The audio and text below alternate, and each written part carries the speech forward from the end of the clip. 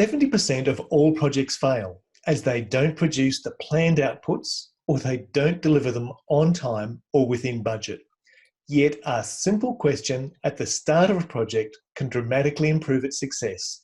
Today we're going to talk about the pre-mortem. Well, we've all heard about a post-mortem, where a physician examines a corpse to discover the likely cause of death. My favourite kind of book, by the way. But what on earth is a pre-mortem? John, tell us what it is and how we can use it to deliver better projects. Sure, Denise. Let's imagine we're about to start a new project or run a big event, which is really a mini project anyway. They say that 20/20 hindsight is a wonderful thing. If only we knew at the beginning of a project what we'd know by the end of it, because that way we'd know what to avoid along the way. While time travel still isn't possible, darn it, we can mentally transport ourselves to the end of the project and imagine what it's like. While we often imagine the positive outcomes from our project, it's even more powerful, though somewhat disconcerting, to imagine the worst case scenario. Imagine that despite all our good efforts, the project was an absolute failure. Once you know why it may have failed, you can then plan to overcome or at least mitigate those nasty risks. Yeah, that all sounds interesting, John, but tell me a bit more about the practicalities of this approach. Sure, Denise. Well, let's start with the GFRAS event that you and I facilitated back in 2017. For those who aren't aware, GFRAS is the global forum for rural advisory services, and it's the representative body for over 20 regional extension networks around the world. It includes APEN, the Australasia Pacific Extension Network, which is our local extension network. And we were privileged to host the GFRAS annual meeting in Northern Queensland. Yeah, I remember this well, John. It was a really high-profile event and they expected about 120 delegates from 30 countries to attend.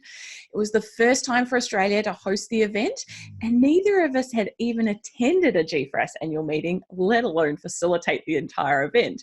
So it ticked all the boxes for a high risk of activity with plenty of opportunities for things to go wrong. Yes. And it was all those unknowns that helped me feel, well, somewhat nervous about the event.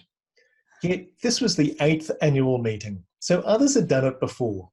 So early on, we decided to conduct a pre-mortem, asking previous organisers to share their insights and experiences. We obviously couldn't do this face-to-face, so we used a simple online survey to gather their responses. I was delighted with the amount of detail we received to our questions about what had worked well and not so well in the past. And that really gave us a solid foundation for our planning. Yeah, it certainly did. The key question, though, was around what might go wrong at our event and how best to avoid that.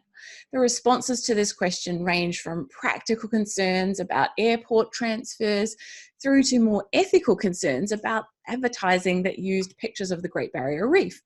Unfortunately, this might have raised the expectations of some of the delegates that they could easily go snorkeling during their meal breaks, when in fact we were actually some distance from the reef, John.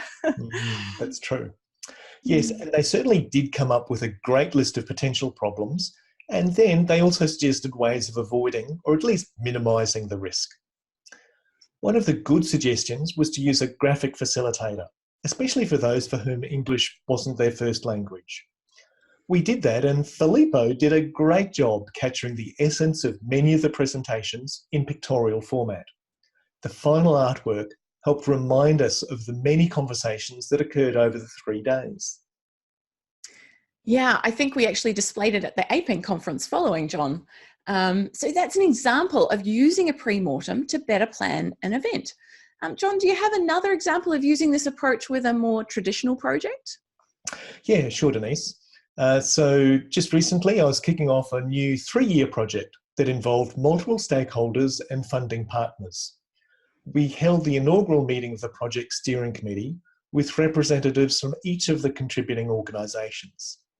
After discussing the project's desired outputs and outcomes, we paused and I invited each of the participants to imagine that the project had finished, but unfortunately the whole thing was an absolute disaster.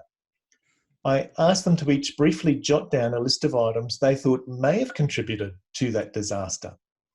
We then went around the group with each person adding a new idea that hadn't already been mentioned.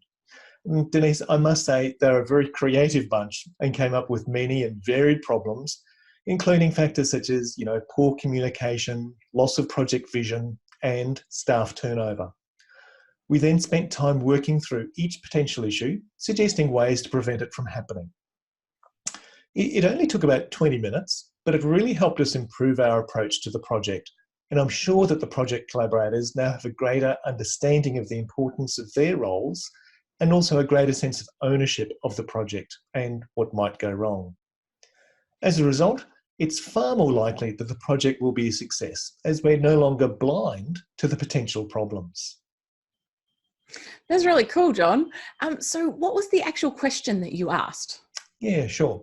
So it was a 3-year project, so I invited them to imagine that it was now 4 or 5 years' time and the project had well and truly finished. Unfortunately for all involved, it was a complete and utter disaster. People still talk about how badly it went. Imagine we're now all sitting around a table and discussing it.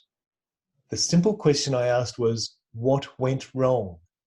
They each silently wrote a list of the possible problems, and we went round the group with each person sharing an item that hadn't already been mentioned before.